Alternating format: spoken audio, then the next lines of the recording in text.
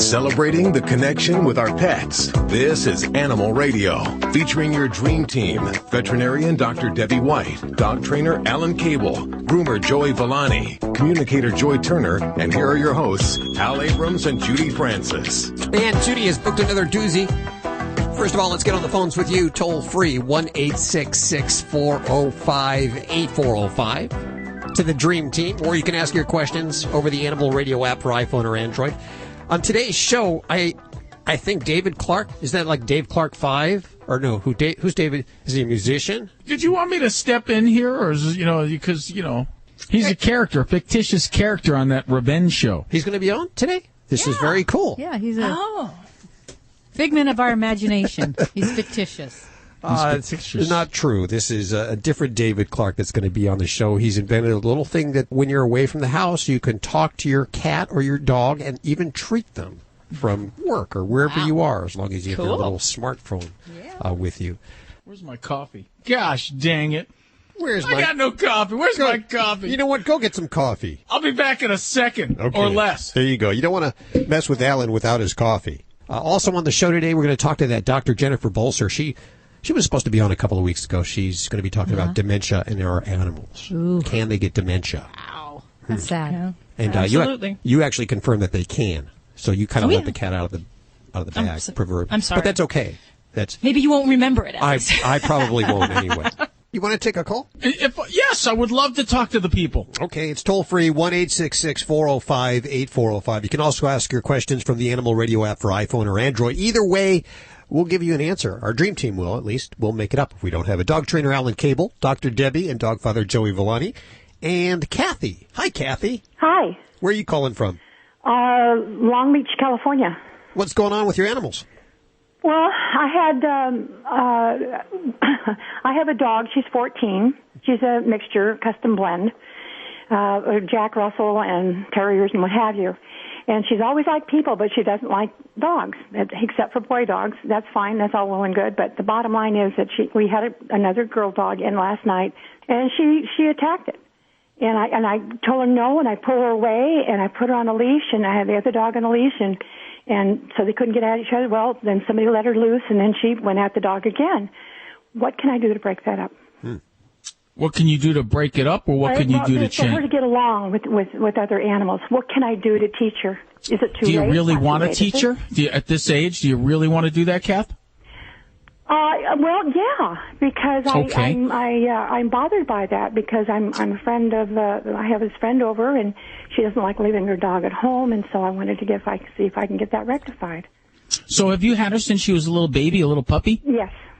And when she was a little puppy, did you bring her around lots of other dogs a lot of times? Well, you know what? I took her to the dog park, and all these dogs go rushing at her, and she didn't like that, and I didn't either. I see what you're saying. They came at her to pack. And I see what I you're was saying. very angry of the owners that wouldn't pull their dogs off because she just was a baby. She was about maybe So both of you. So let's get this straight, Kath. Let's me and you put it together. Let's do the math. Both of you had very bad experiences when she was a little puppy. You had bad experiences with other dogs. And what does that do when an owner has a bad experience with another dog and a dog has a bad experience with another dog? Well, it definitely affects the way dogs behave and the way owners behave.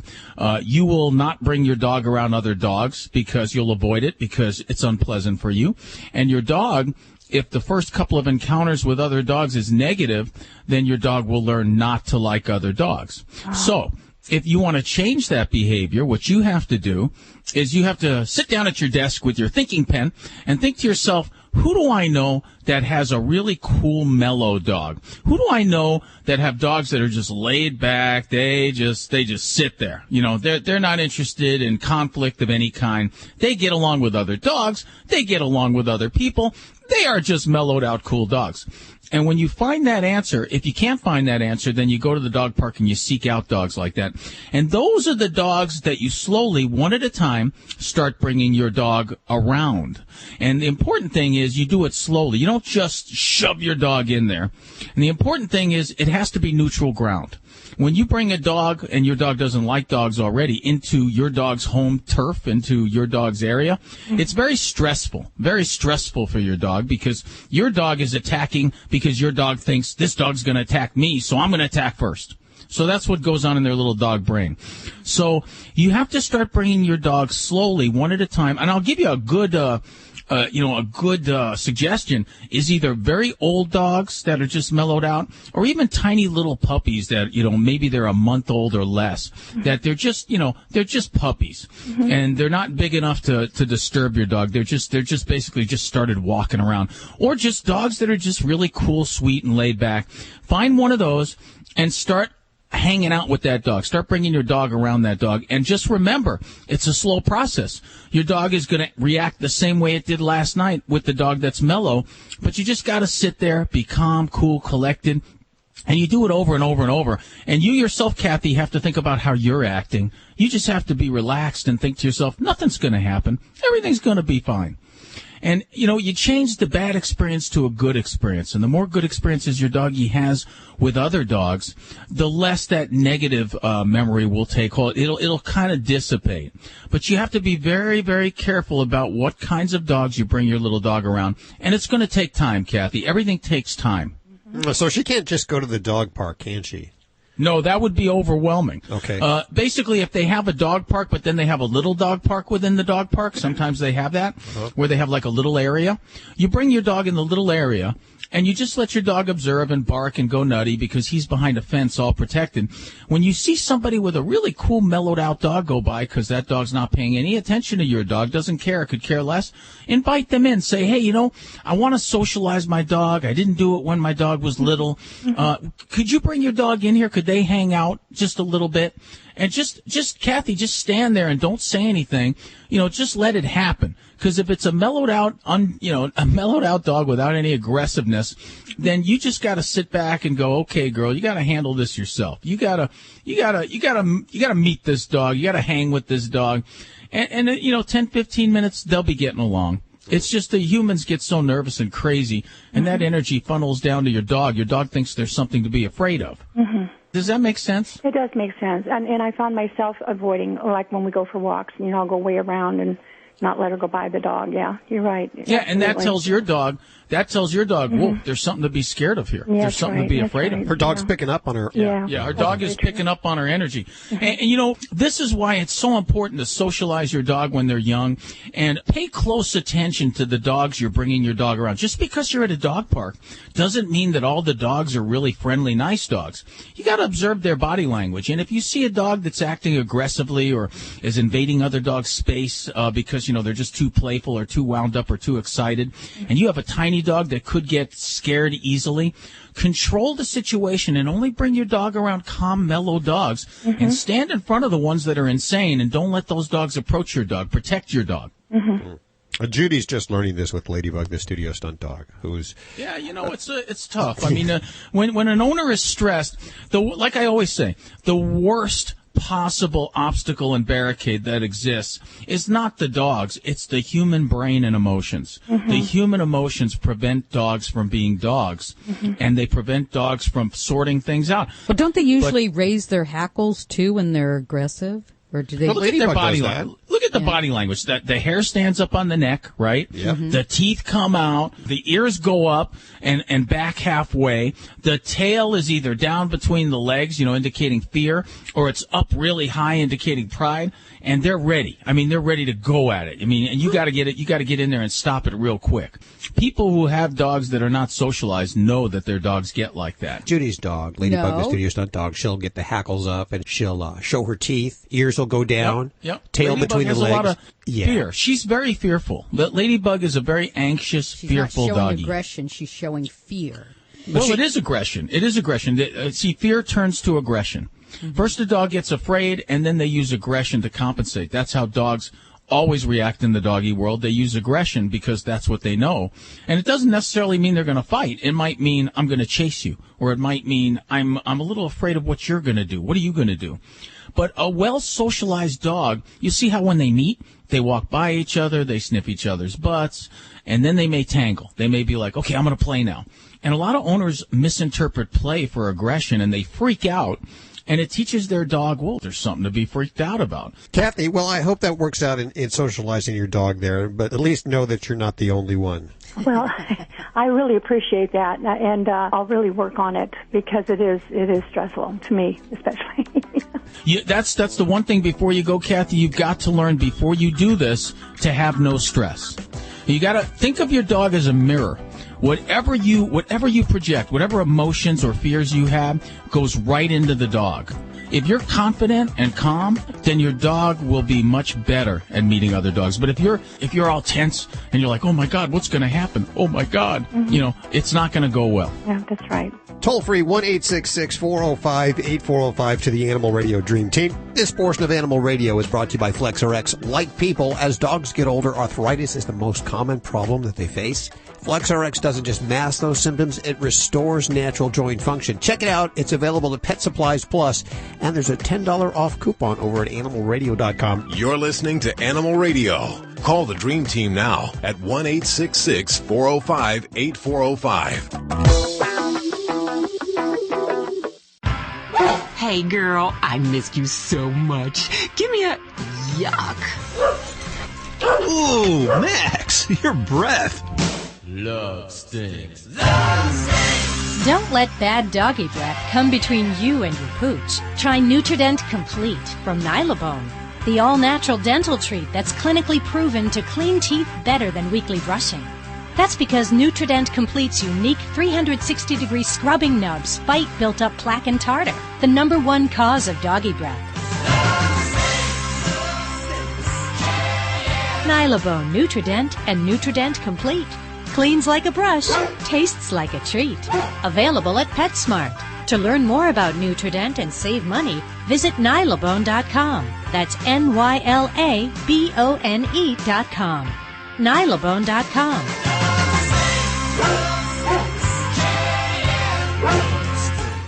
Looking for a natural solution to litter box odors? Try Sweet Scoop, the natural clumping litter that stops odors instantly, clumps fast and firm, and tracks less around the house. Unlike clay litters that are mined and never decompose, it's chemical-free and 100% biodegradable. Sweet Scoop lasts longer than other clumping litters, and thanks to their patented process, Sweet Scoop works continuously to neutralize litter box odors, no matter how many cats you own. Learn more at www.sweetscoop.com. What dog food is specifically designed to reduce the risk of cancer, settle digestive upsets, reduce scratching and shedding? Canine Caviar. What dog food reduces red tear stains and hot spots? Canine Caviar. What dog food has probiotics that reduce the chance of soft stools and have a higher calorie count for better nutrient absorption? Canine Caviar. So what are you feeding your dog? If you didn't answer Canine Caviar, visit caninecaviar.com today and get your pet started on a longer, healthier life. Hi, this is Dean Koontz on Animal Radio. Please spay and neuter your pets. This is Animal Radio, baby. You're listening to Animal Radio. If you missed any part of today's show, visit us at animalradio.com or download the Animal Radio app for iPhone and Android. And we head to Larry. Hey, Larry, how are you doing? Good, how are you? Good. Where are you calling from today? Oh, right now I'm in North Platte, Nebraska. I'm a truck driver. Okay, and drive very carefully there. I have Dr. Debbie here. What's going on? Hi, Dr. Debbie. I've been fighting yeast infection in my Chocolate Labs ears for a year. Okay. And I've been using this solution that's supposed to clean and dry them, and then Otamax drops. Mm-hmm. And okay. I took her to our own vet back home in Minnesota on Thursday, and he looked at it under a microscope and determined that yes, that's indeed what it was, and then he gave her a shot that was, I think, cortisone. Okay. And then I have ointment that I put in her ears twice a day. I'm driving right now, so I can't get to the pills to see what all. But one pill was 1.5 tablets once a day for 20 days. And he said, you don't want to miss any days with this because it heals the skin layer by layer from the inside out, and it takes 20 days to do it. And okay. The other pill, I think it maybe was a follow-up to the cortisone or something. It was one pill every day for 7 days and then one every other day for 14 days. Okay, yeah, that's what it sounds like. Sounds like probably an antibiotic was the first one because it takes about 3 weeks for cell turnover. And then the second one sounds like a steroid of some sort because you had a tapering schedule there. Okay. Now, here's my question. He mentioned that by the time I go through this with all the medications and stuff, like 4 times, I could pay for the surgery. What surgery is that? And he explained he actually took his finger and run it down Candy's cheekbone, and he says we would actually cut away that ear canal or slice that ear canal down to where it, about 2 inches or so down to where it makes it turn in. Oh, yeah, okay. Stitch it up so it stays open and it can drain. And I know, in humans, doctors put tubes in your ears sometimes for people that have problems with water in their ears and they can drain. And I wondered if you had heard of that because I talked to some other people that are pretty big time into dogs and they hadn't heard of that surgery before. Yeah, and from what it sounds like, he's recommended a surgery called a lateral ear canal resection. And basically, the place that this procedure can have for dogs with ear problems are particularly those that we have trouble getting down to the deep part of the ear canal. And dogs' ear canals are very different shape than ours. With people, you could take a Q-tip and accidentally shove it too far and pop your eardrum. With dogs, that is impossible with normal routine means because there's a part of the eardrum that goes down vertically, and then it turns and goes horizontally inside the base of the head.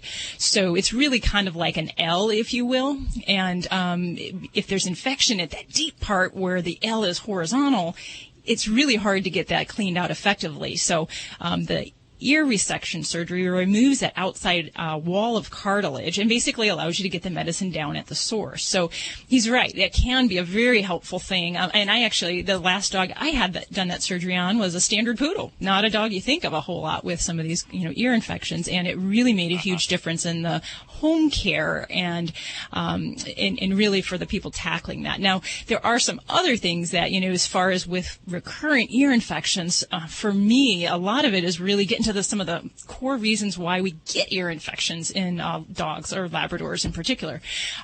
So things like thyroid problems. Low thyroid problems in dogs can cause a propensity for ear infections. So if your vet thinks that might be something worthwhile checking out, it's a great thing if we can treat it. About that. Yeah.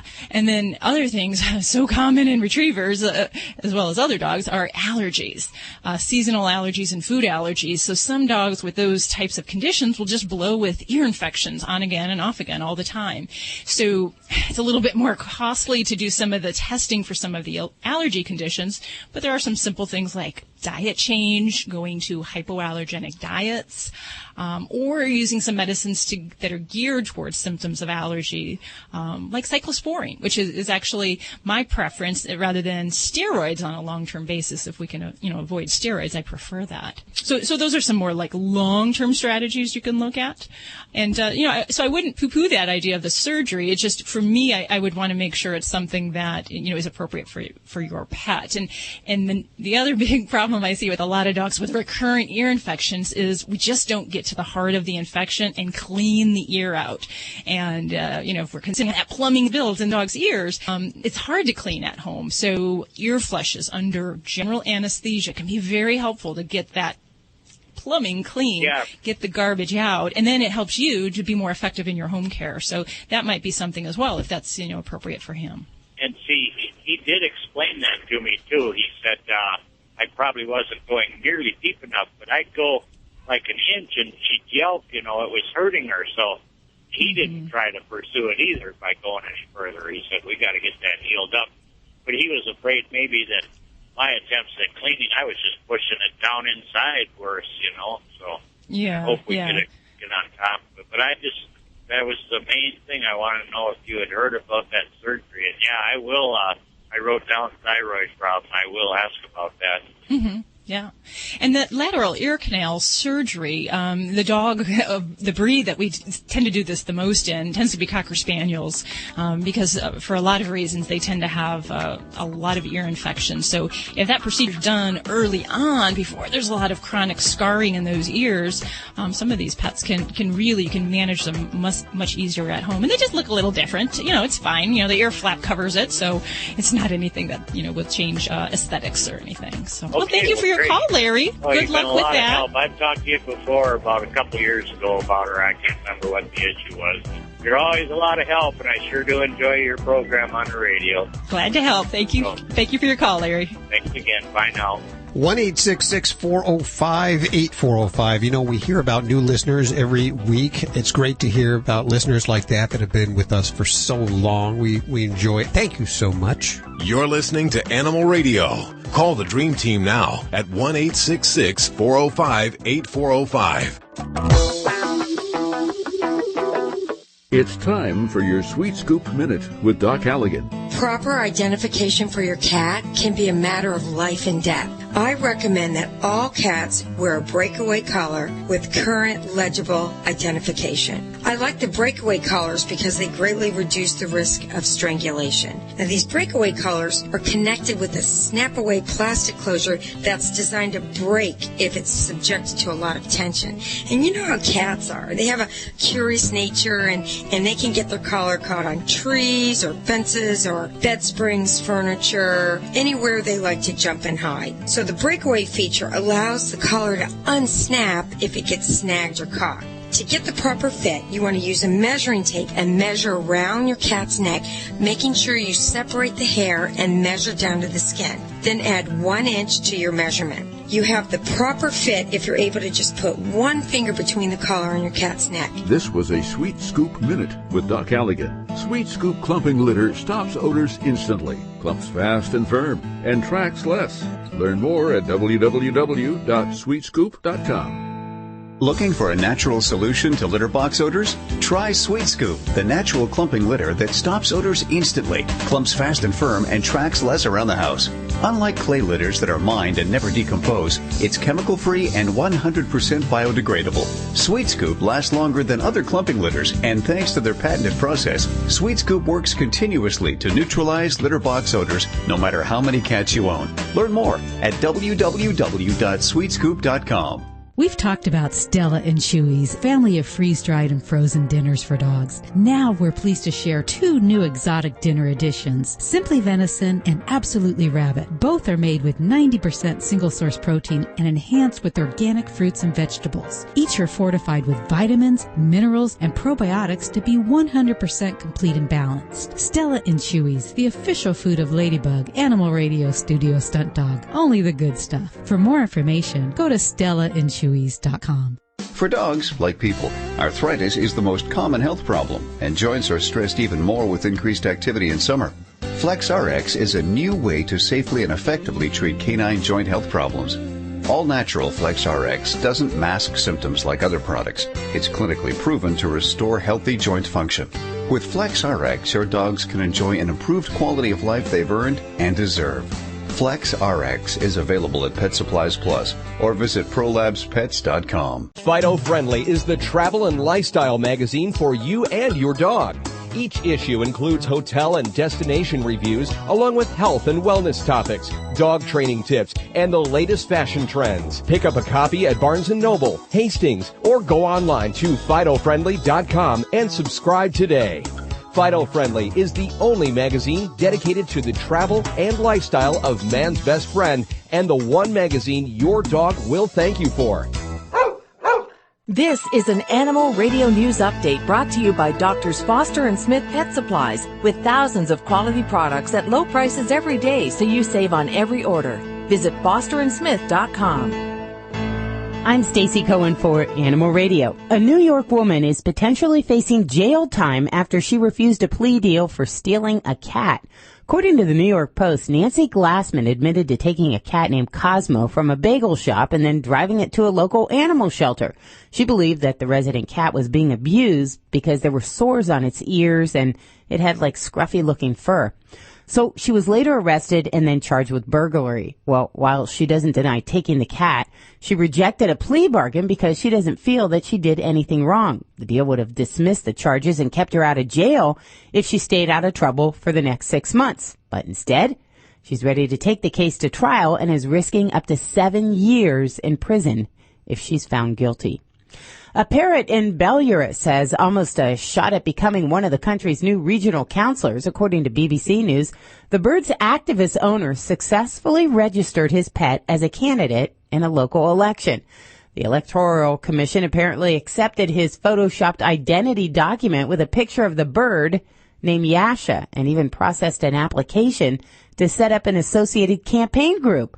Yasha's owner says he was trying to showcase the futility of Belarusian politics. So once he felt he accomplished that goal, he immediately withdrew the bird's documents to avoid any possible penalties.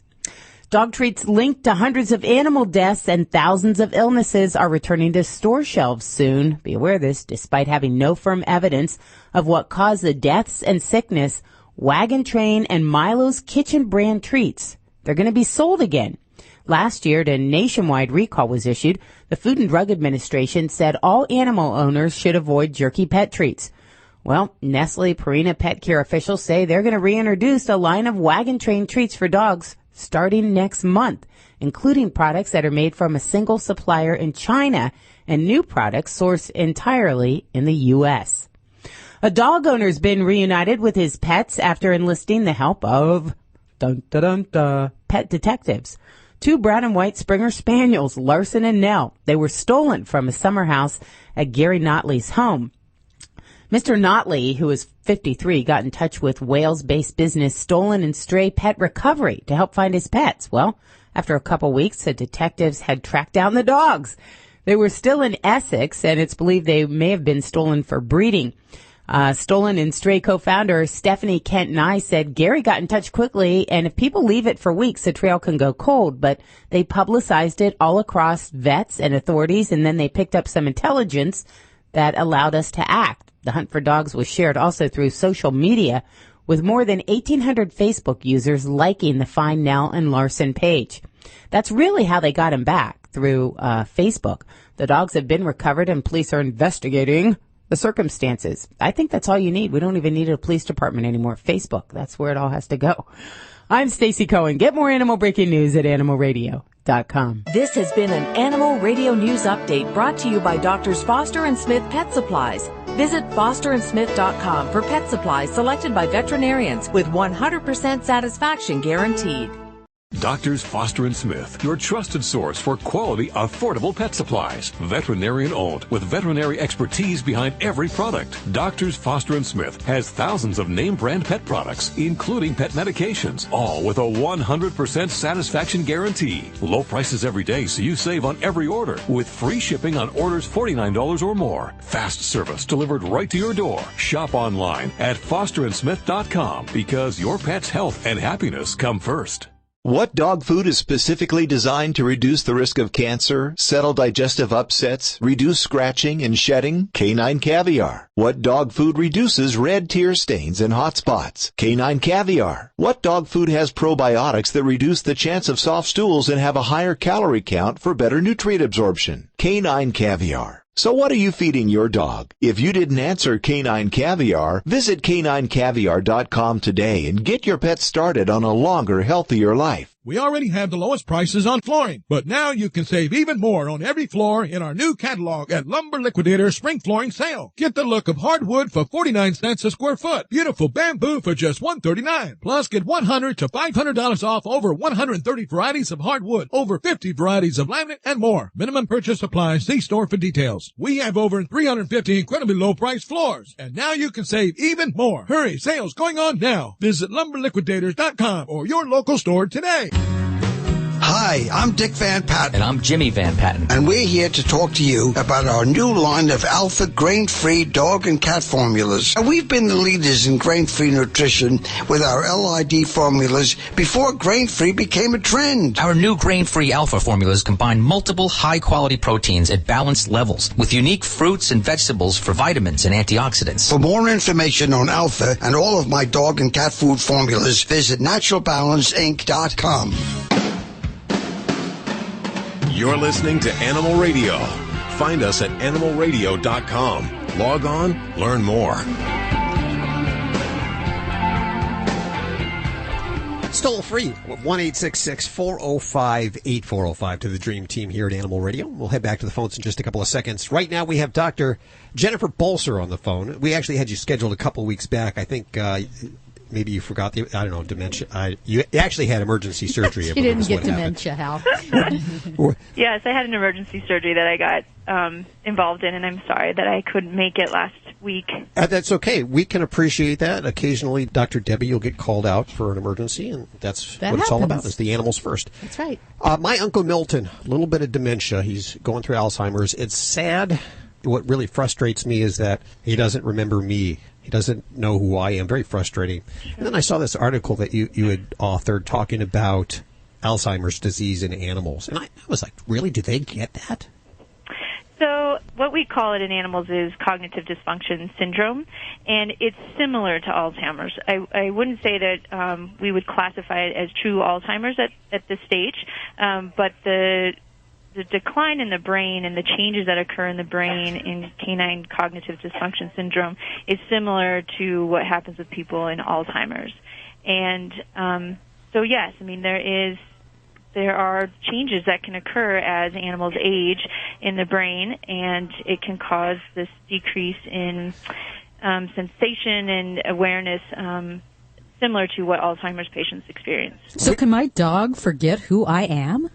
You know, in some extreme cases, yes, some dogs can start to lose their relationships with their family or other animal members in their family, and you can see sort of a decreased social interaction that starts to occur in some extreme cases of dogs that are experiencing cognitive dysfunction, and similar with cats as well.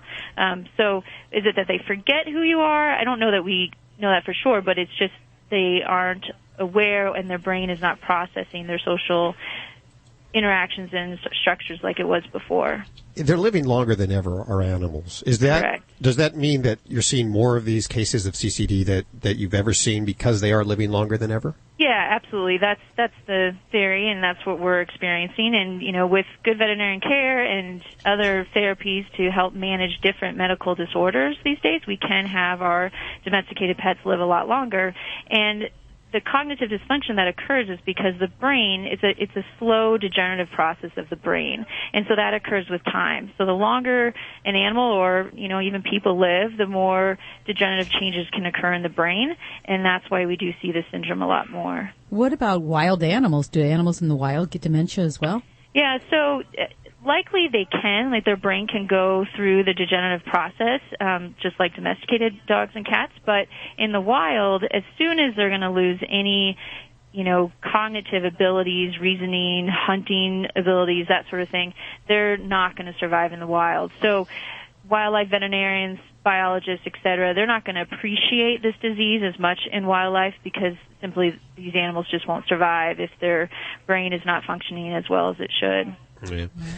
You've talked about CCD here. What about other diseases that humans have, like OCD? For instance, I have to walk into the studio and then walk out, and then walk in and then walk out 3 times before I can do a show. Yeah, dogs turn around, Hal. Haven't you seen them turn around 3 times? Is that OCD? Yeah, but there are some dogs that can have OCD characteristics just like people, yes. And, you know, there are dogs that we manage with similar medications as people do to help with their OCD behaviors. But a lot of that is also, we involve trainers, behaviorists to help with those conditions. But absolutely, most of the OCD, or I would say one of the most common forms and signs that we can see with dogs with OCD can be as simple as excessive licking, especially excessive licking of a paw. And that can be one of the most common subtle signs of an OCD-like behavior that we can see. But yes, other dogs can do the circling or pacing, especially if there's animals that aren't getting enough mental stimuli, such as you'll see with zoo animals, that sort of thing. They'll have the kind of OCD patterns of behavior that we can recognize. Well, this is very intriguing. We were with Dr. Jennifer Bolser. You're in Boulder. Correct. At the Humane Society there. Correct. What about antidepressants? Would there be any use for an antidepressant in an animal? Do they get depressed? Yeah, so we do use antidepressants in animals for behavioral things. And as far as, is it depression? I think that's kind of projecting a human disease form onto an animal that I don't know that we could say it's true depression. But for anxiety issues, we do use antidepressant drugs that are used in people for a lot of anxiety issues in dogs and cats. Where can we learn more? Is there a website for you guys over there? Yes, www.boulderhumane.org. Of course, we'll link to everything you've heard on today's show. Yeah, go ahead, Alan. Hey, doctor, do you ever see my buddy Alexa Tobiasen around there anymore? Oh, of course, yes. She's here Tell today, her actually. She's awesome. Yeah, tell her Alan Cable loves her and misses her. Alan Cable? Yep. I will. That's great. Yes, so I will tell her. There you go. Alan's former career as a DJ in Denver, Colorado. Yeah, just go ahead and use his radio show. That's all. Alexa works at the Humane Society. I've known her for years. She's the sweetest person alive. Wow. Yes, no, she's fantastic. Yes, she does summer leave with us now, and she's also a dental assistant now, primarily. Well, maybe you want to talk to her, Alan. Forget the radio show. Why don't you guys just go talk and we'll just have a conversation there. Yeah, just have a conversation. This multi-million-dollar radio station for this. Oh, you guys. Doc, we thank you for hanging with us today. We have so much fun with you. There's so much to learn. We're going to have to do it again. Yeah, no problem. Anytime. It'd be great. There you go, the good doctor. Her website, boulderhumane.org. And, well, how did you know that? You impress me sometimes. Because you're kind of a homebody. You don't get out a lot. What are you doing at the Humane Society in Boulder? Yes. I get around people. You know what I'm saying? I get around. What was that doctor's name? Because I got to tell Alexa that I just had around. This hour of Animal Radio is brought to you by, go ahead, I want you to say it. Little Robot. What do I say funny? You say robot. Robot. It's a robot. That's robot. A litter robot. Yeah, it sounds like litter robot. Litter robot. The way I say it? Robot. Robot. What do I say? Litter robot. Okay, I say litter robot. so let me do This is Animal Radio. My name is Judy. Wow. Sorry. You're very talented. Nice gun ads. You don't want to know all my impressions I do of you guys. Oh, let's hear what you do with Hal. I want to hear that one. No, I really don't. Come on. I'll work on it. I'll work on one. It's not is it a robot? Robot. R-O-B-O-T. Litter robot. Okay, I'll have to change that. Litter robot. That just sounds funny. It's a robot. Robot. That sounds funny. Any way you cut it, they have eliminated that dreaded chore. With Litter Robot, the litter box is as simple as changing the kitchen garbage bag every few days. That's easy. It really is. 7 minutes after the cat uses it, it automatically rotates, and it separates the waste clumps from the litter. And you know what? It does such a good job, it can save you up to 50% on cat litter. No better time than now. It's made in the USA with a 90-day money-back guarantee and an 18-month full warranty. Head on over to their website at litter-robot.com. That's litter-robot.com, and check this out. You know, one of my favorite features is you don't have to buy special litter. You can use what your cat is used to. Absolutely, and you don't need any special bags or cartridges for this. It is the future, and it is here now. Litter Robot. Little robot. Litter-robot.com. You're listening to Animal Radio. Call the Dream Team now at 1-866-405-8405. Let's hit the phones with Dr. Debbie right now. We have Carrie on the phone. Hi, Carrie. Hi, how are you? Very good. Where are you today? I am on I-95 driving south. Okay. Do you drive for a living? No.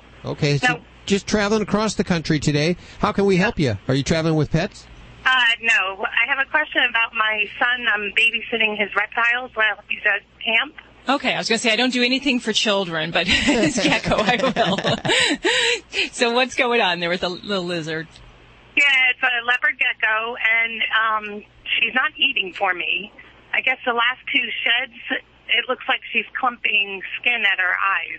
So I'm not sure how well she can see. I tried a little bit of warm compress to see if I could help get the skin off around the eyes. Helped a little bit, but... Well, what you're describing is actually a really big problem in these little guys, and the underlying problem tends to be inadequate humidity. And even though they're, native from Afghanistan and, a dry environment, they really do need moisture to enable that skin to shed. When it doesn't, we can get problems where the toes can actually dry up and fall off. The eyes get horrible conjunctivitis and even abscesses under the lids. So with what you're dealing with, this may very well need a veterinarian to get involved. And I can tell you, I worked very closely with my little niece's classroom to work on this problem with their classroom pet.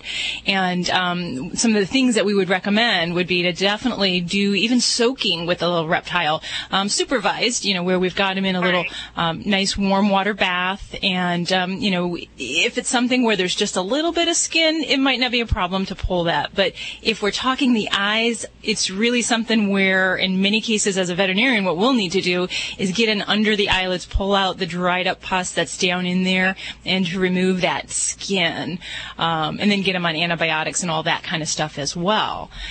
The ways environmentally we can help to avoid that and try to change some things like right now would be, we really need to make sure there's good humidity. And the best way I recommend is a humidity chamber. So I don't know, do you have something like that in the enclosure? Like a clay kind of pot area that you've got like sphagnum moss in there. So it's kind of moist in there because that's where she's laid eggs before when he had the geckos. So that area is moist, but should I spray her too? Spraying is fine. If you're doing a soak, that's another way to get that moisture directly to the skin. In the areas of the eyes, there are medications that might be the safest around that area, but on the areas of the toes where they can get a little skin caught up, I'll use a lot of times even just Vaseline down there just to kind of soften that. But yeah, and the problem is when the eyes get infected and when they get all crusted up, the appetite goes down. And in many cases, unless we effectively treat those eyes, get the skin off, get the conjunctivitis under control, she's just going to do a slow decline and not turn around. So, this is kind of where I know they're little guys, but, there are veterinarians that can help you in your area to get this little one turned around to hopefully feeling better and get her eating. We wish you the best of luck. Thank you. 1-866-405-8405 to connect with any one of the Dream Team right now. Hey, Stace, what are you working on? It's pretty cool when somebody adopts a pet that needs a home. But when a whole town adopts an animal, that's a whole different story. And this was not just one lucky dog. This was one lucky pig. I'll give you the details coming up on Animal Radio News. I cannot wait. Dogs or cats, horse or emu, animals are people too. An Australian woman was recently sentenced to 9 months of community service for smuggling protected fish from Asia in her dress.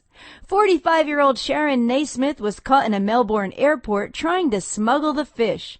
Customs officers reportedly heard flipping noises coming from her clothes and conducted a search.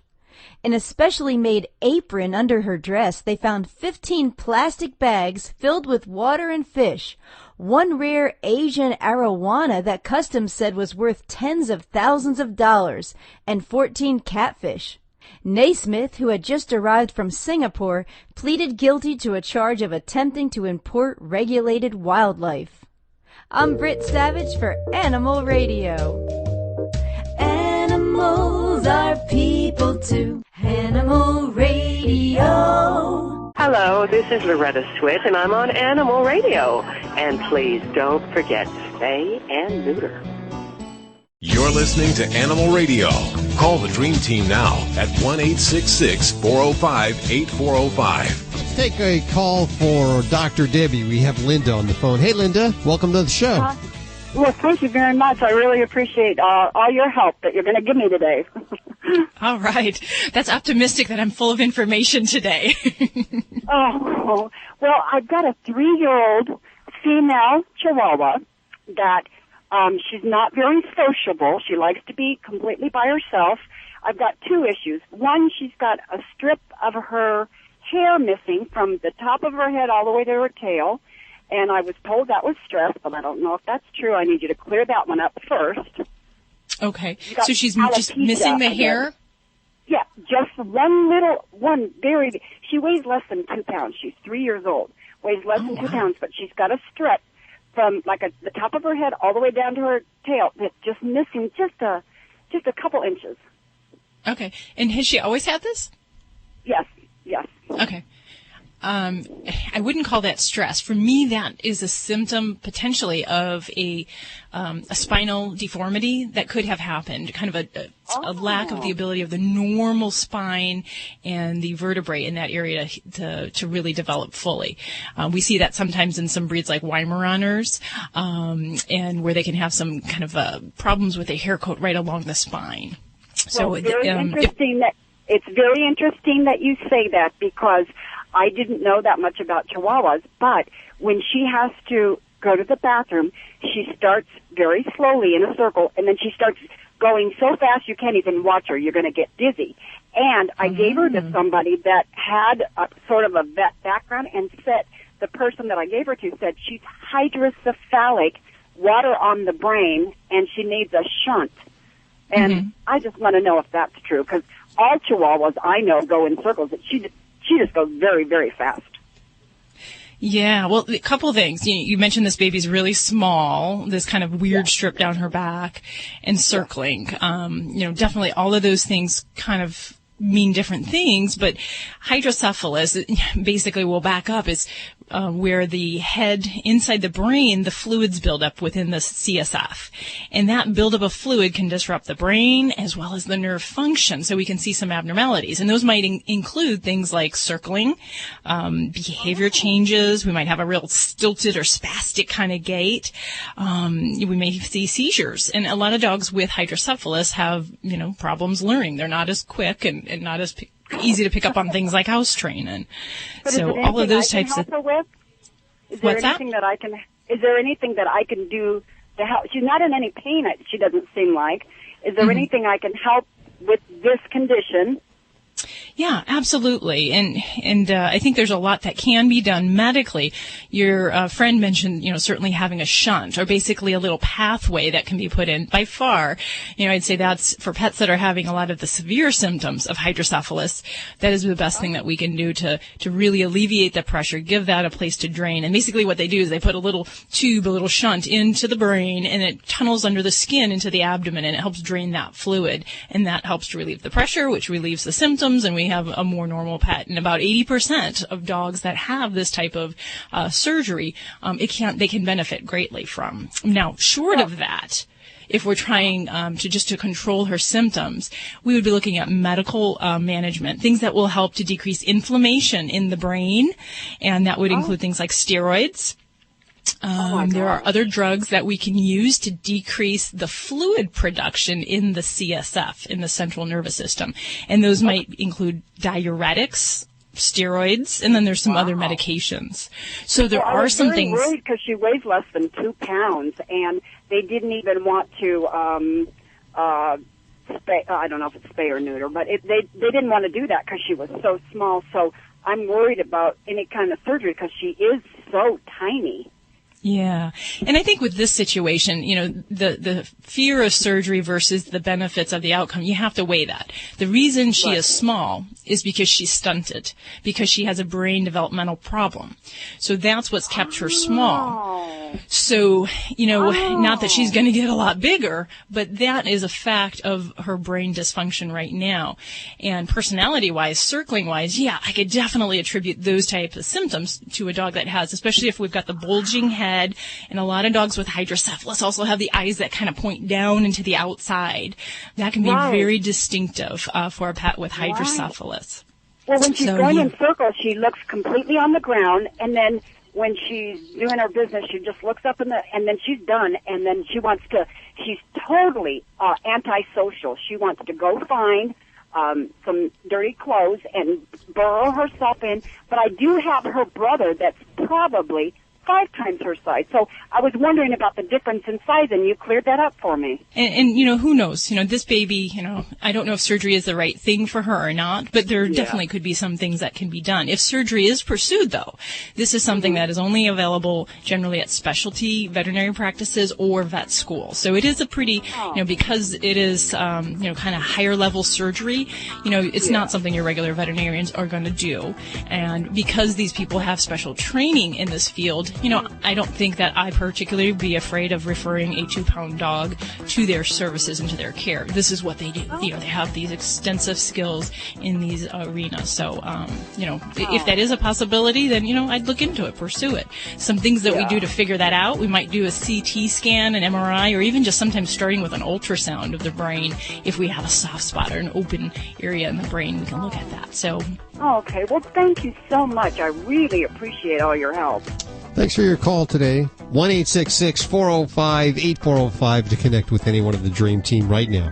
You're listening to Animal Radio. Call the Dream Team now at 1-866-405-8405. Celebrating the connection with our pets. This is Animal Radio, featuring your Dream Team, veterinarian Dr. Debbie White, dog trainer Alan Cable, groomer Joey Villani, communicator Joy Turner, and here are your hosts, Al Abrams and Judy Francis. I am so happy to say that Alan Cable is not sick anymore. Boy, you really got rid of that, what was it, bronchitis? It's finally going away. You sound back to, you actually have that sexy voice there. Oh, thank you, Hal. So, Alan, were you treating yourself, or did you actually see a doctor? Treating myself with what? My wife had it, and I got it seemed like I had the same thing, but I didn't go to the doctor. So you just suffered in silence. Okay. Well, no, I don't suffer in silence. I make lots of noise. No, that's right. You're pretty loud. pretty noisy. Let's hit the phones. Toll free, 1-866-405-8405. This hour we're going to talk to Dave Clark. Not the Dave Clark on, what was it, Revenge on TV? What is that? Yes. Is that like a Fox show? Yeah. Must be on Fox. That is on ABC, you knucklehead. It's like one of the highest rated shows. Where have you been? I tell you, I just don't turn on the TV. I'd rather surf the internet. Yes. Or read a book or something like Facebook. that. Yeah, there you go. Stacy, who's always surfing the internet and watching all the TV, what do you got going on? An Italian man has been arrested, and it's probably going to outrage you when I tell you what he did. And the penalty that he will face just does not seem appropriate for what happened. And if you love cats, this is going to be a tough story to hear, but I think it's important that you know about it. I'll give you all the details coming up on Animal Radio News. And we go to Bob. Hey, Bob. Hello. Where are you calling from? Bakersfield. Lovely Bakersfield. How are you doing? You having a good day? Very good. I'm doing good. What's going on with your animals?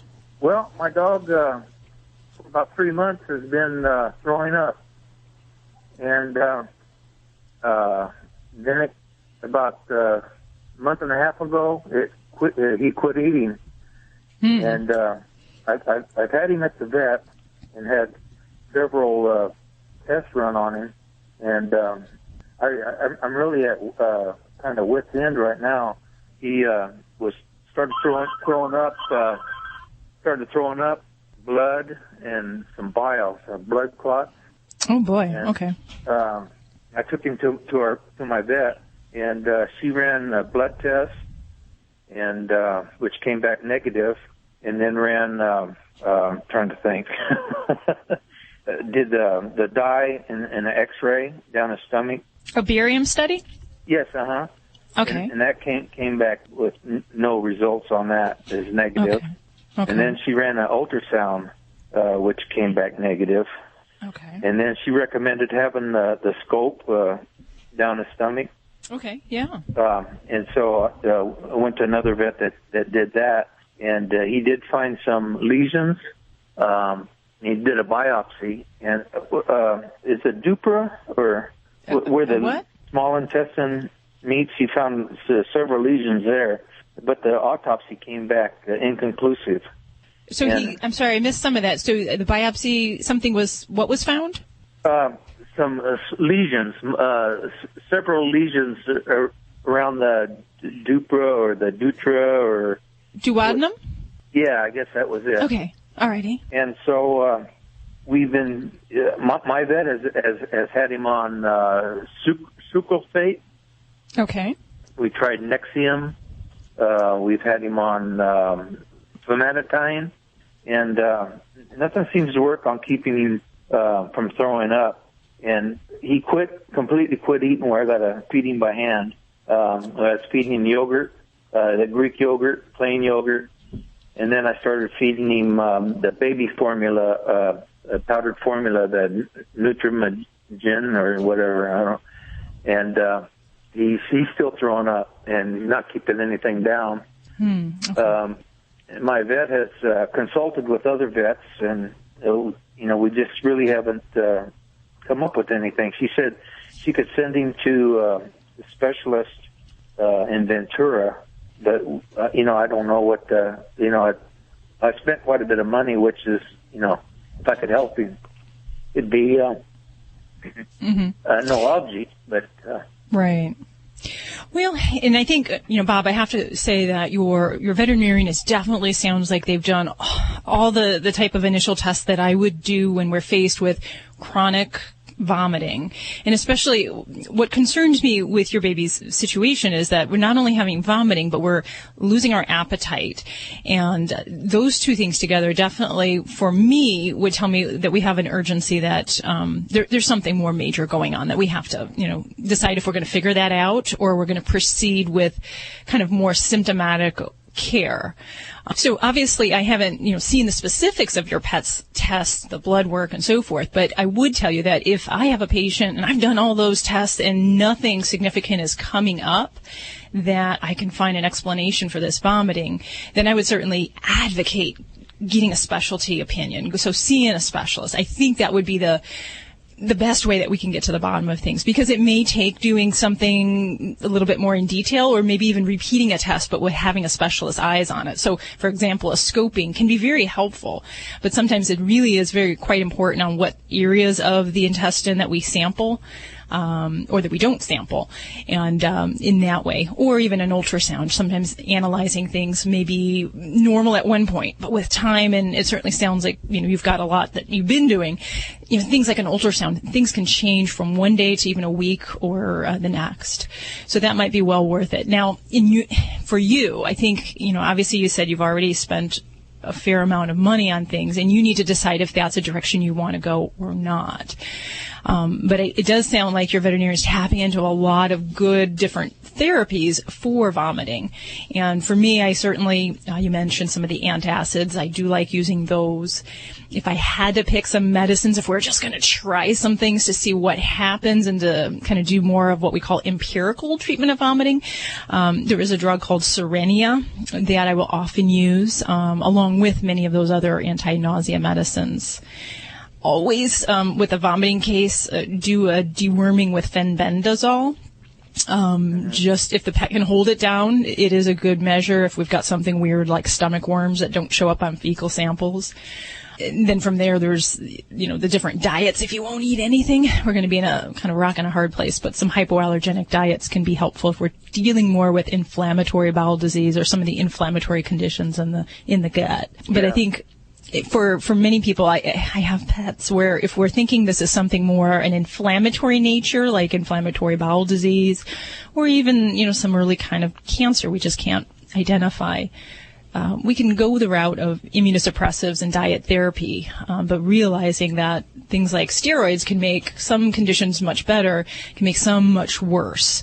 So that would be kind of my last resort, to tap into those medicines, unless you're absolutely certain you're not going to, see a specialist. And then I don't know if you mentioned a medicine called metoclopramide, which is also known as Reglan. It's a motility drug that helps to kind of help the stomach, the vomiting reflex, help to keep things moving through. What was the name of that again? Metoclopramide. But that and Cerenia, but really, Bob, it sounds like, depending on your pet's condition, I think it would be most prudent to see a specialist if you can swing it. And if if he didn't have a lot of other stuff going on, for many dogs that have chronic vomiting symptoms, I will think of testing for a disease called Addison's disease. And that's a disease of the adrenal glands that can cause vomiting, loss of appetite, lethargy, and we basically check cortisol levels in the body. And so I'm not sure if that's something we would consider for your baby, but it might be something just to ask your veterinarian if we ought to consider doing that. Yeah. Okay. Yeah, he's 11 years old, and he was, we kind of thought he did have worms. So he was treated at the very beginning for worms, and it hasn't gotten any better. It's progressively got worse. Oh, gosh, Bob. That's tough, Bob. And I know you're in a challenging spot with him, and getting some kind of nutrition down him is going to be important, just so we can keep his strength up and keep those gut and all the intestinal tract, keep that working. Excuse me, one thing I forgot to tell you, and it's probably very important. I take him back and forth between Bakersfield and Grover Beach, and I have a mat in the back, and it kind of flaps in the wind, and he chews at it, and it has the rubber backing with a fiber on the top. And he was when he was going to the bathroom pooping, it would have all kinds of, it looked like hair, but it was that fiber. Wow, and that's kind of an important key piece of information there. So there could be an obstruction, right, Doctor? Yeah, absolutely. And so that would be definitely a reason to look into that further. Yeah, and, he would have the rubber, it looked like rubber come out that was, it originally started out black, but I guess the stomach enzymes or whatever changed the color of it. But he seemed to be clear of it now, but I don't know. He might still have some lodged in the stomach or his intestine. I don't know. Yep, that's definitely possible. That is so. So yeah, and again, I definitely would urge you, Bob, to get this baby looked at, maybe with a specialist here. And hopefully it's something that simple. Thanks for your call, Bob. 1-866-405-8405 to speak to the Dream Team right now. Dr. Debbie, of course, is here. She's also the author of Yorkshire Terrier, Shih Tzus, Pugs, Mini Schnauzers, How to Be Your Dog's Best Friend. And we have links to those right from animalradio.com. Great little ebook reads. Are we going to head back to the phones? Oh, yes. Who do we have coming up? Oh, Stacy's jumping up and down, too. Let's take care of Stacy first. Stace, what do you got?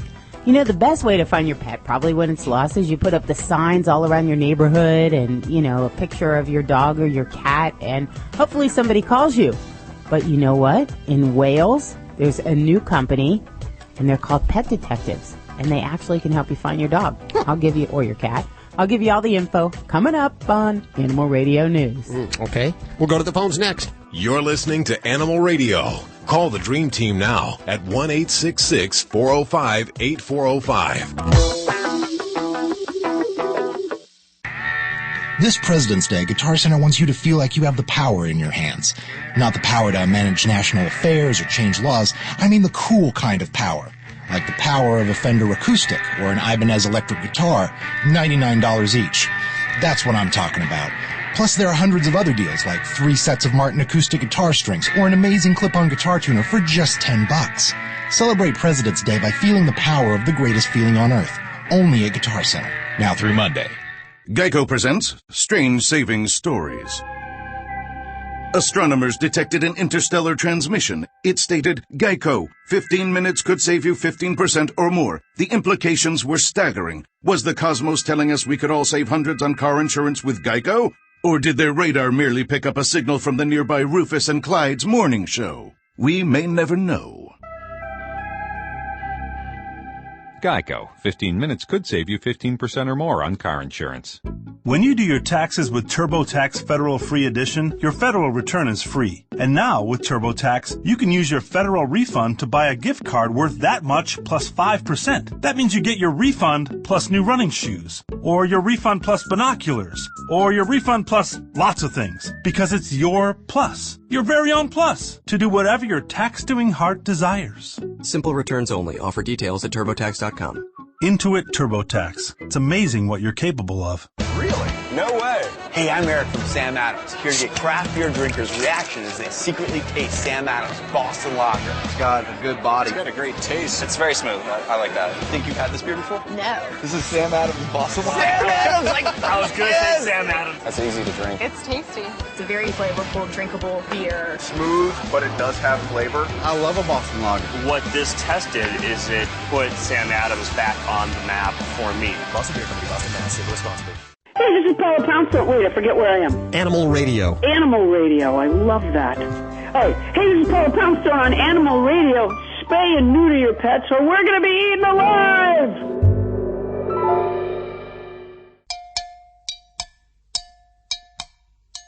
You're listening to Animal Radio. Call the Dream Team now at 1-866-405-8405. Oh, man. What's up, Alan? It's been crazy around here, Dr. Deb. I was telling Hallowishes and Judacious what was going on around here.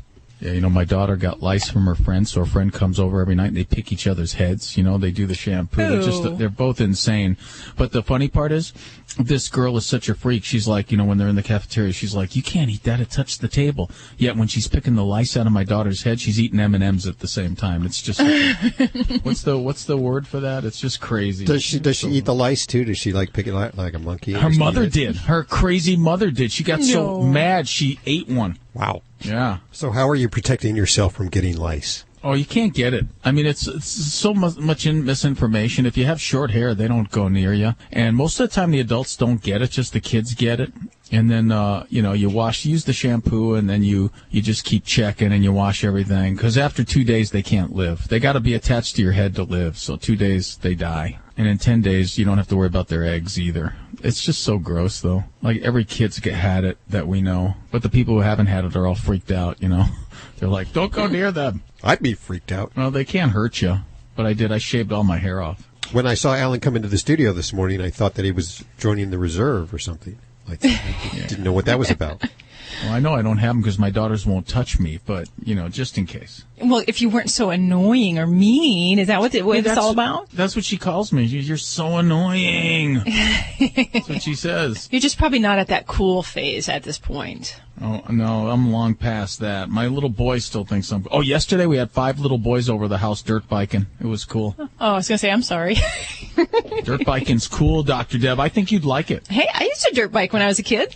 Here's a little something you didn't know about me. Yeah, my dad. I knew that. Yeah, my dad and brother grew up around motorcycles, and I have great pictures of me riding this little mini bike, and my mom had just done this great perm on my hair, and she was like almost in tears because I had to put the helmet on my curly hair. You need to come over and jump on the 110 and take a ride. We got some great trails here. It's been a long time. I don't know. Oh, boy. I can't even imagine you two dirt biking. Hey, toll free 1-866-405-8405. We're going to head back to the phones in just a second here. What's going on in your world, Stace? They're coming back. Hundreds of dog treats that have been linked to thousands of illnesses and deaths are coming back to store shelves. I'll tell you about it coming up on Animal Radio News. Oh, all those food companies have quite a battle ahead of them. This portion of Animal Radio is brought to you by Litter Robot, which automatically cleans the cat litter for you. You don't need any special supplies or plumbing. Just use your favorite clumping cat litter and never scoop dirty litter again. It's available at litter-robot.com. Hey, Cindy. How you doing, Cindy? I'm doing great. How are you? Good. Where are you calling from? Stillwater, Oklahoma. You got one of those new Sports Illustrated phones, didn't you, for a subscription, didn't you? No. Oh, okay. Where are you calling from again? Stillwater, Oklahoma. Stillwater, Oklahoma. I drove through there once. Do you live there? Well, I live outside of town here, yes. Okay.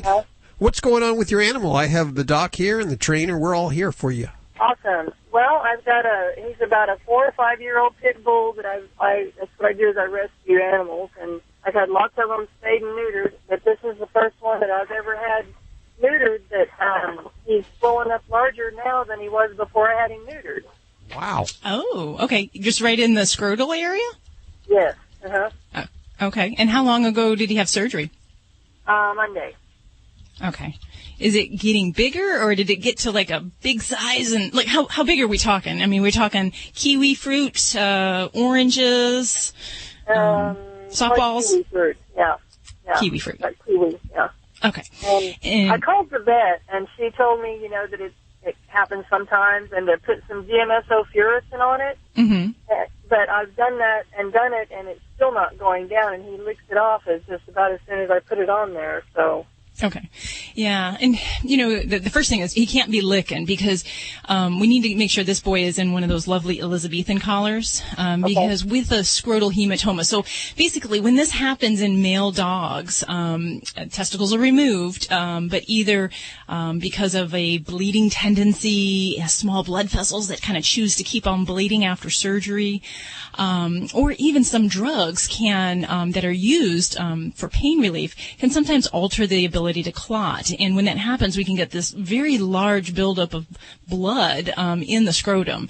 And sometimes that can be painful. So for some of these doggies, they do need pain medications. We may decide to put them on antibiotics if the incision decides to open up at all. But it does really require some supervision by the vet. So I'd make sure they put their eyeballs on this. And it's not terribly common. So when I do see this happen, sometimes, the first instinct is to say, oh my God, the vet botched the surgery. Holy cow. And, before I rush to judgment, there are these other factors. And sometimes pit bulls, believe it or not, can be a dog where I do see a tendency for some types of problems. They can have a tendency for some types of infections, some parasitic infections actually, that can alter their blood coagulation, their clotting. So in some areas of the country, if you have ticks, it might be worthwhile having them checked for some tick-borne diseases. Most of those can be treated with antibiotics if that's the case. So that's where I just kind of want to get an eyeball on them. And in other cases, it's just, like I said, pain management and a tincture of time. The swellings, as long as they're not getting bigger, it can take 2 weeks, 3 weeks for this to go down. It looks horrible. How's he feeling overall with that? He acts okay. He seems as if, everything else is okay. He other than, just the way he looks. Okay. So he had some bleeding afterwards, and I did have to take him back up there, and they did wrap him up for the night. Mm-hmm. So maybe that's part of it, like you said, yeah. Yeah, and I've found through the years that, every pet's different, but sometimes I'll encounter a non-steroidal pain reliever that we use for pain relief, and in some patients it may cause them to bleed more, just like my father who's on aspirin and blood thinners, and, he gets poked with something, and, we've got a bleeding mess, and it's kind of like the ER when we go out in public. We're always throwing Band-Aids and styptic powders on them just to try to stop the bleeding. So... Yeah. Well, stop poking him. Anything that I can do for right now just to kind of relieve him until I can get him back to the vet? Anything I can put on him or give him? Well, the biggest thing is keeping him away from that. So if you can get an Elizabethan collar without going to the vet, you can check your pet stores, feed stores. That might be one thing. But as far as pain relief, you really got to get to the vet because I would be hesitant to tell you any over-the-counter pain relievers if he's already having a bleeding issue. So I would see your vet for the pain relievers. That's going to be the best way. Some doggies, if he's really anxious or uncomfortable, they can get freaked out by this. So sometimes I'll use tranquilizers too. So, but that too, again, you're going to need to talk to your vet and see them for that. Okay, I will. Good thing. Thank you so very much for all your help. Hey, thanks for listening, Cindy. Let us know how that goes. 1-866-405-8405, toll free to our Dream Team. You're listening to Animal Radio. Call the Dream Team now at 1-866-405-8405. Shaquille O'Neal for Icy Hot. If you've got pain, you need the patch. The Icy Hot Patch. Powerful, targeted, fast-acting pain relief that stays put without the mess. Icy to dull the pain, hot to relax it away. In a variety of sizes, from back, shoulders, knees, even arthritis. So you're covered whenever and wherever you're hurt. Stop pain right at the source with Icy Hot Patches. Pain's no match for the Icy Hot Patch.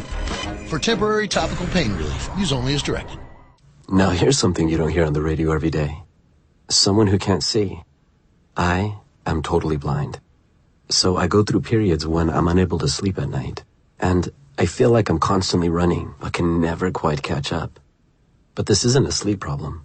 It's something called non-24-hour disorder. Learn more about non-24 by calling 855-856-2424 or visiting learnmorenon24.com. Need a vacation, but it's just not in the budget? Well, thanks to our biggest sale of the year, spend 6 days, 5 nights, all-inclusive in Cabo San Lucas, Mexico. Crystal blue water, beautiful beaches, amazing amenities, with all meals and cocktails included. Just $3.99. Just $3.99 per couple, plus 2 kids stay free. And at just $3.99, this sale won't last long. Special terms and conditions apply. Visit Cabo399.com or call 888-475-9098. That's 888-475-9098. This President's Day, Guitar Center wants you to feel like you have the power in your hands. Not the power to manage national affairs or change laws. I mean the cool kind of power, like the power of a Fender acoustic or an Ibanez electric guitar, $99 each. That's what I'm talking about. Plus hundreds of other deals like a Harbinger PA system for just $169, or an MXL Vocal Mic or Fostex headphones, $19 each. Celebrate President's Day by feeling the power of the greatest feeling on earth. Only at Guitar Center. Now through Monday. This is an Animal Radio News Update brought to you by Doctors Foster and Smith Pet Supplies, with thousands of quality products at low prices every day, so you save on every order. Visit fosterandsmith.com. I'm Stacy Cohen for Animal Radio. Residents of a small English village say a little lonely abandoned pig has turned into a local attraction because everybody in the village has adopted her. According to the Orange News, the porker, which they named Porrick, I don't like that name, was left behind after her owners moved away. Well, after a few months of letting Porrick wander around the field, the villagers decided to take action. So they built a makeshift shelter and they've been donating food. Trevor Boxall, whose son owns the land that Porrick now calls home, says people come in droves and they drop off vegetables and other goodies and they sit and talk with the pig.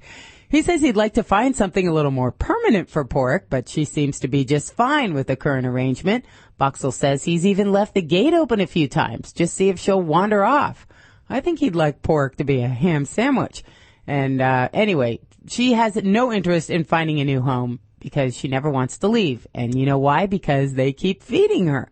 The Western Sugar Cooperative is recalling 3,700 tons of animal feed that was distributed by a Lovell sugar beet factory. This is where a woman was killed after she fell in their water system. The 28-year-old woman died January 4th after she fell into the equipment that uses water to carry and wash sugar beets before processing. A spokesman for the Denver-based cooperative, Kent Wimmer, said all of the adulterated animal feed has been accounted for, and they've recalled everything, and no sugar or molasses that's meant for human consumption has been distributed since the accident. They say there is no threat to human or animal health. But to boost consumer confidence, the U.S. Department of Agriculture says they're buying animals that were scheduled for slaughter that did consume the feed. An Italian man is facing jail time, if you have cats, you're not going to like this story, after allegedly adopting some cats for the purpose of eating them. According to the local IT, the 50-year-old man adopted at least 15 cats over several months under the guise of being a cat lover. While his ruse fooled authorities for a bit, they became a little suspicious after he began coming up with excuses to get out of routine welfare checks on the animals.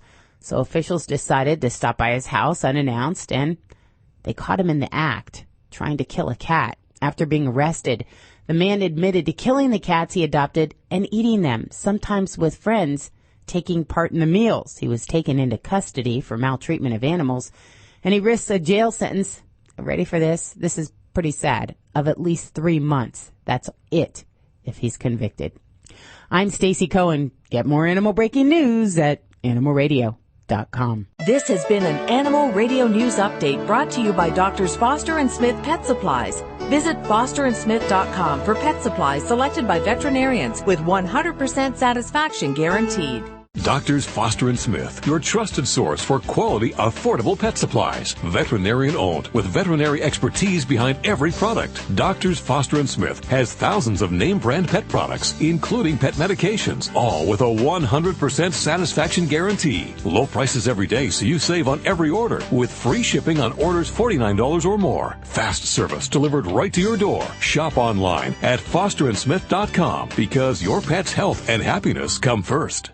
When you do your taxes with TurboTax Federal Free Edition, your federal return is free. And now, with TurboTax, you can use your federal refund to buy a gift card worth that much plus 5%. That means you get your refund plus new running shoes, or your refund plus binoculars, or your refund plus lots of things, because it's your plus, your very own plus, to do whatever your tax-doing heart desires. Simple returns only. Offer details at TurboTax.com. Intuit TurboTax. It's amazing what you're capable of. We already have the lowest prices on flooring, but now you can save even more on every floor in our new catalog at Lumber Liquidator's Spring Flooring Sale. Get the look of hardwood for 49 cents a square foot. Beautiful bamboo for just $139. Plus, get $100 to $500 off over 130 varieties of hardwood, over 50 varieties of laminate, and more. Minimum purchase applies. See store for details. We have over 350 incredibly low-priced floors, and now you can save even more. Hurry, sales going on now. Visit LumberLiquidators.com or your local store today. Geico presents Strange Savings Stories. Ken Marcus was making a pastrami sandwich when he noticed an odd pattern on a slice of pumpernickel bread, one that spelled out Geico. Ken found himself visiting Geico.com, saving hundreds of dollars on car insurance with great discounts. Later, Ken felt conflicted whether or not he should eat the slice of bread that saved him so much money. But he was so hungry. Geico. 15 minutes could save you 15% or more on car insurance.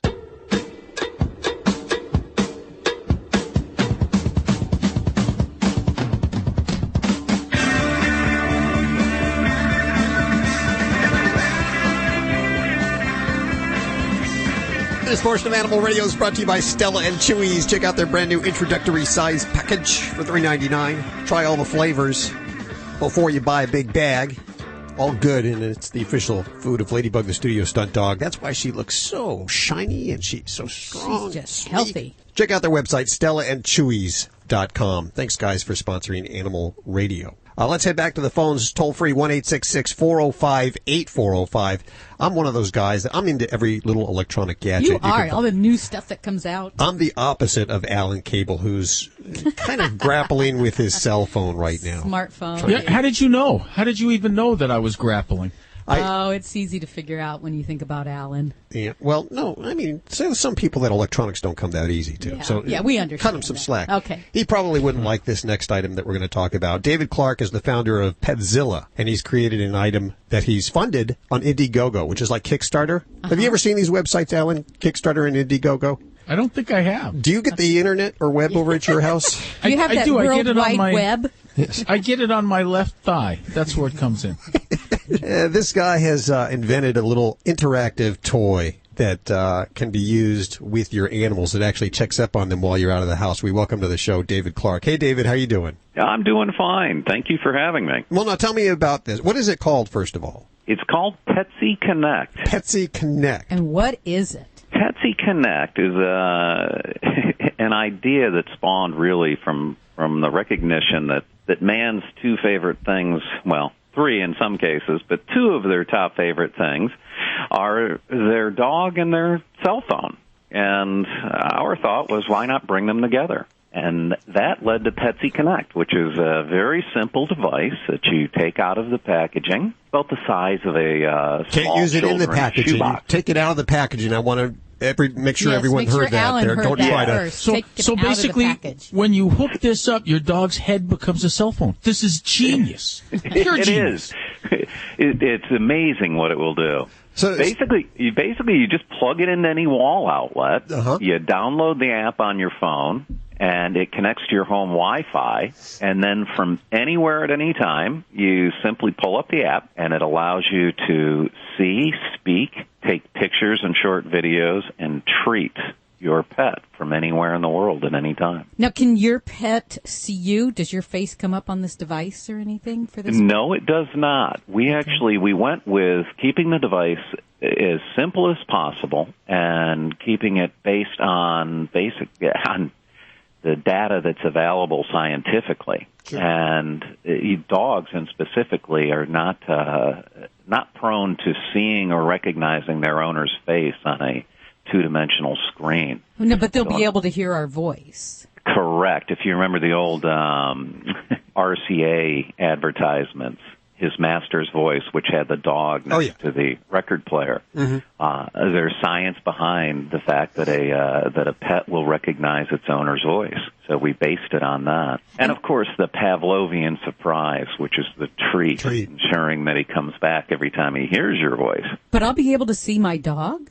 Yeah, you'll be able to see your dog, and when you speak to your dog, and, obviously you'll get excited. He hears your voice. Everybody's experimented with either Skype or putting their spouse on speaker or significant other on speaker and seeing their dog's response.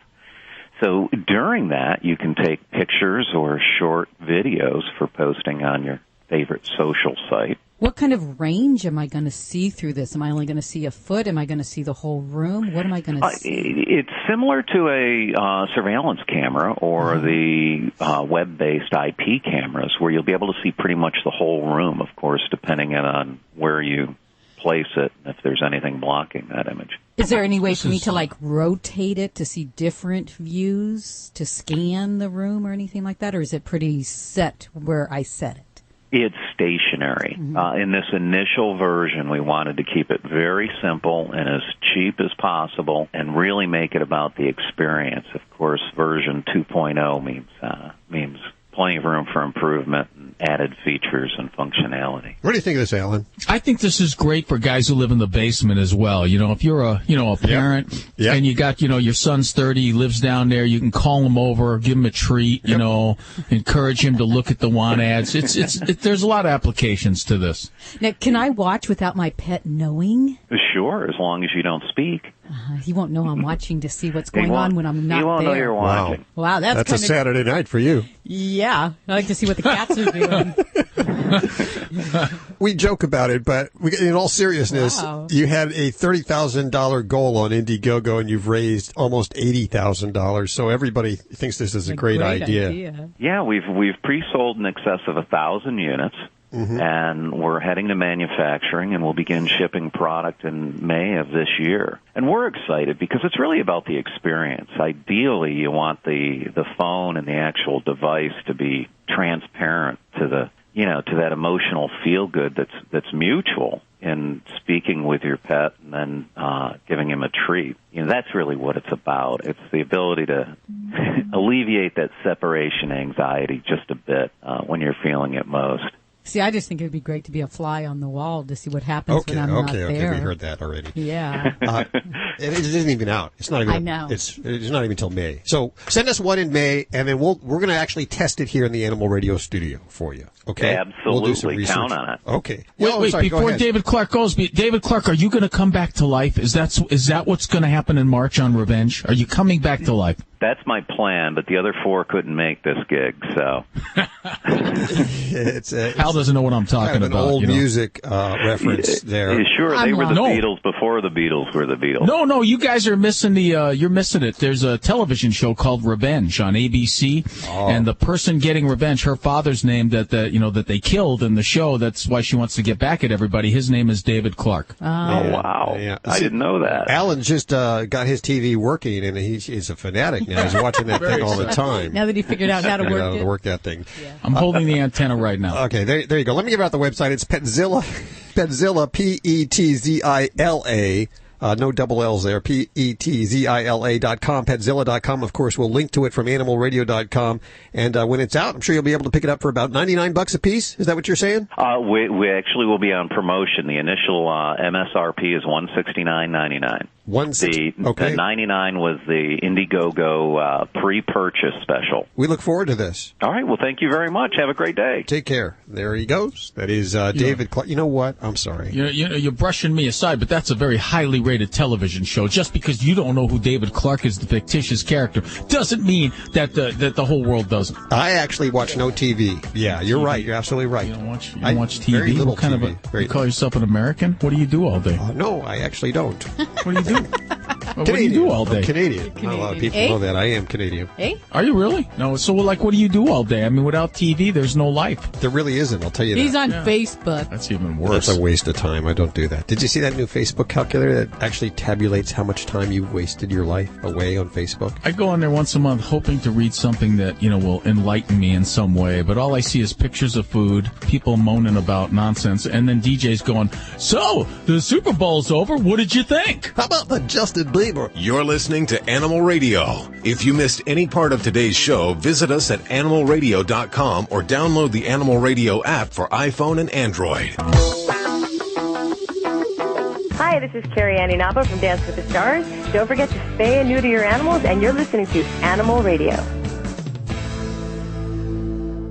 Let's go to line 4. We have Kathy for Alan. Hi, Kathy. How are you doing? Good. How are you? Good. What's going on with your dog?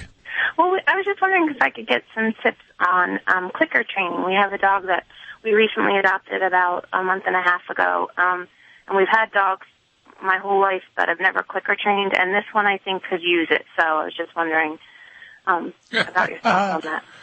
Well, let's talk about clicker training. It's kind of cool that you called and asked that question. Do you understand what positive reinforcement is, Kath? Yes. Okay. Well, that's what you do with clickers. You positively reinforce the dog with a clicker, and the clicker's not the actual reward. The clicker tells the dog that he's doing something that you like. And the first thing you do when you get a clicker is you load it, and that means you click the dog, give your dog a little treat. Click the dog, give your dog a little treat, so that the dog learns very quickly that whenever he or she hears the clicker, he's going to get a treat. That's what that tells him. The next thing you do is you look for your dog to do behaviors that you like. And every time you catch your dog doing something that you like, you click and give the dog a treat and say the word. So in other words, if your dog just sat down on his own, was being all mellow and calm, you would click and go, good dog, sit, good dog, give him a treat, just like that. So he would learn every time he sat that was a desired behavior and that he was going to get a treat. And that's how you use a clicker. You don't use it to stop the dog from doing stuff you don't like. You use it to get the dog to do stuff you do like. So in other words, if your dog is chewing something you don't like, you take that out of his mouth, you put something he does like in it, you want him to chew in his mouth, click it and say, good boy. So you teach the dog what he's supposed to do and not what he's not supposed to do. And you click. And timing is very important. So you have to click right when the dog's doing the behavior. So it's really cool to have a friend just lead your dog around the house on a leash and observe. And whenever the dog does something cool that you like lays down or sits, click, give him a treat, good boy, and you move on. Are there certain breeds that it works better with, or is it pretty generic? Well, we talk about chows. That's the one breed that nothing works on. And we were talking to a guy last week about chow dogs.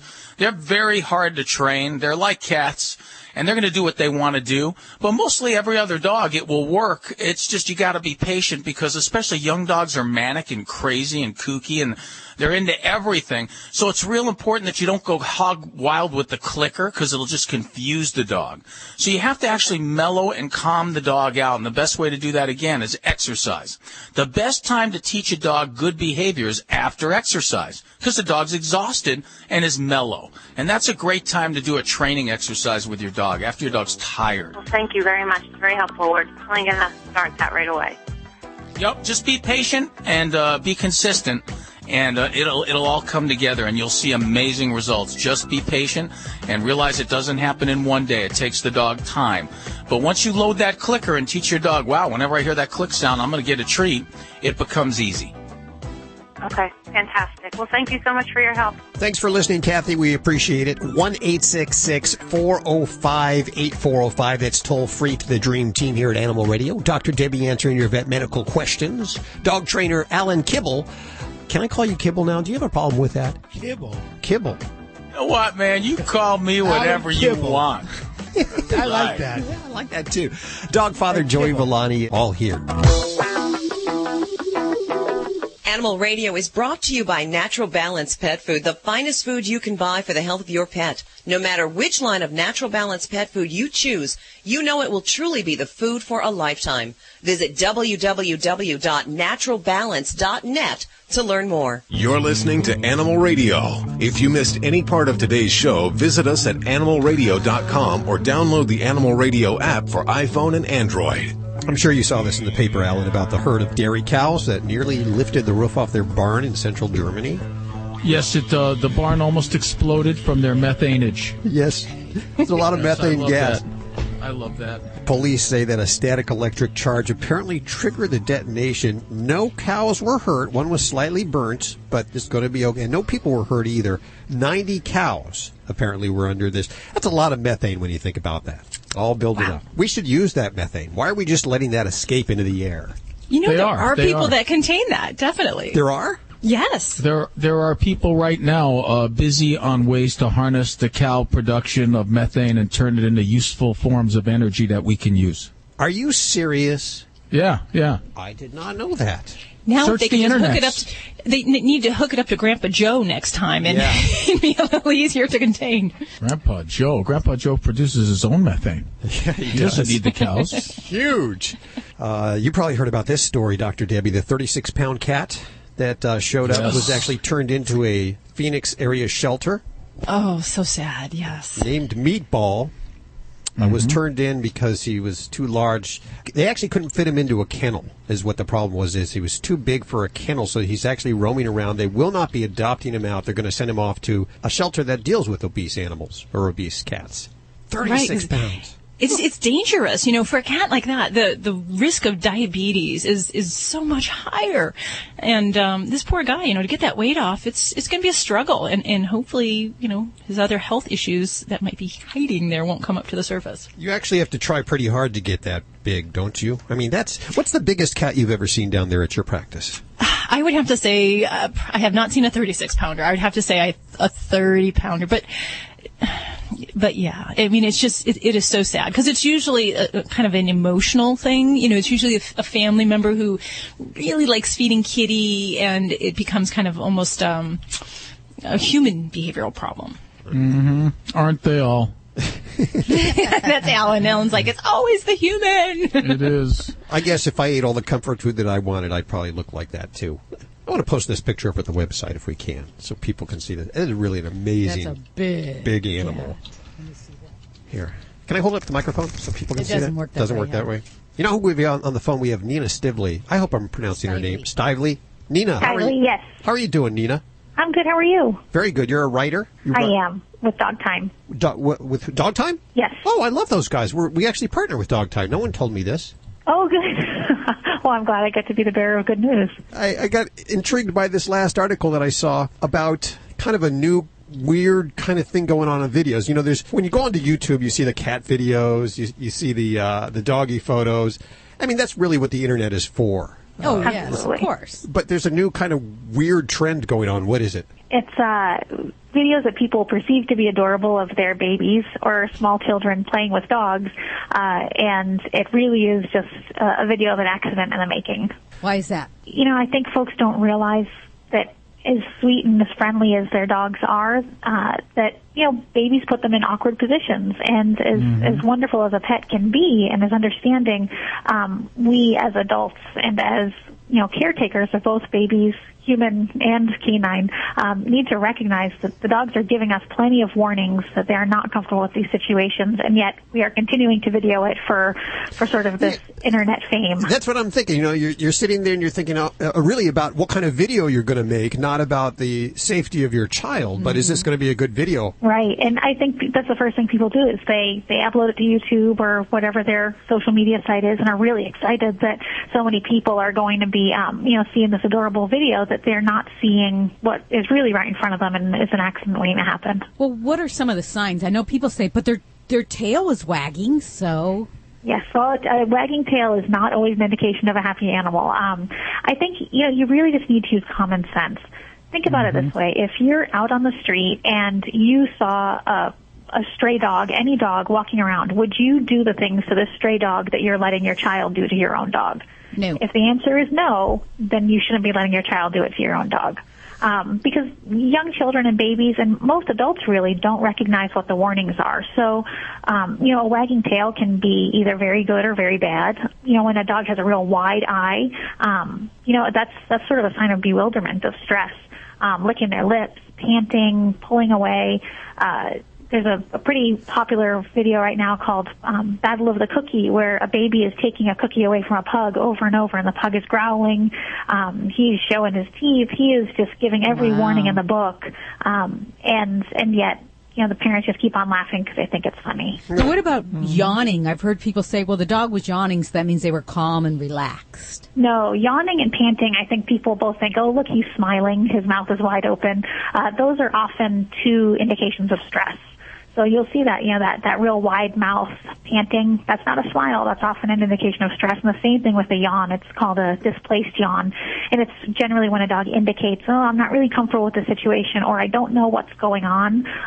Help me out here. I mean, even, we get Super Bowl commercials where you have a child riding on a dog, and as adorable as that might be for a family photo, and a child is raised, riding around on the family's, lab or mastiff or whatever, you're raising that kid to think that these sort of behaviors are okay and they're safe.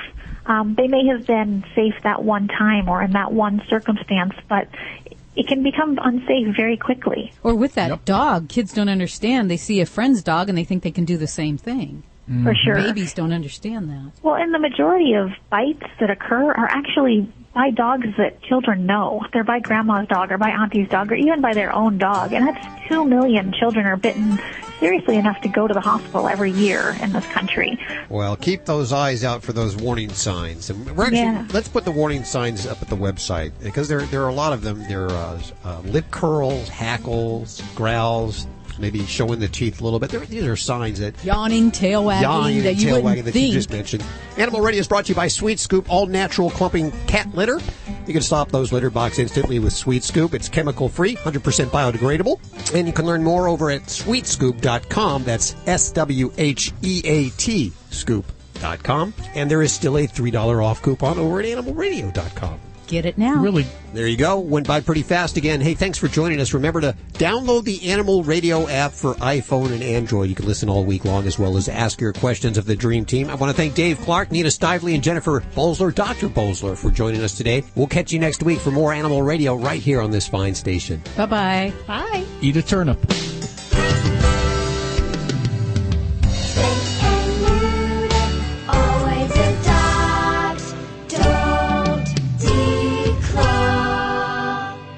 This is Animal Radio Network.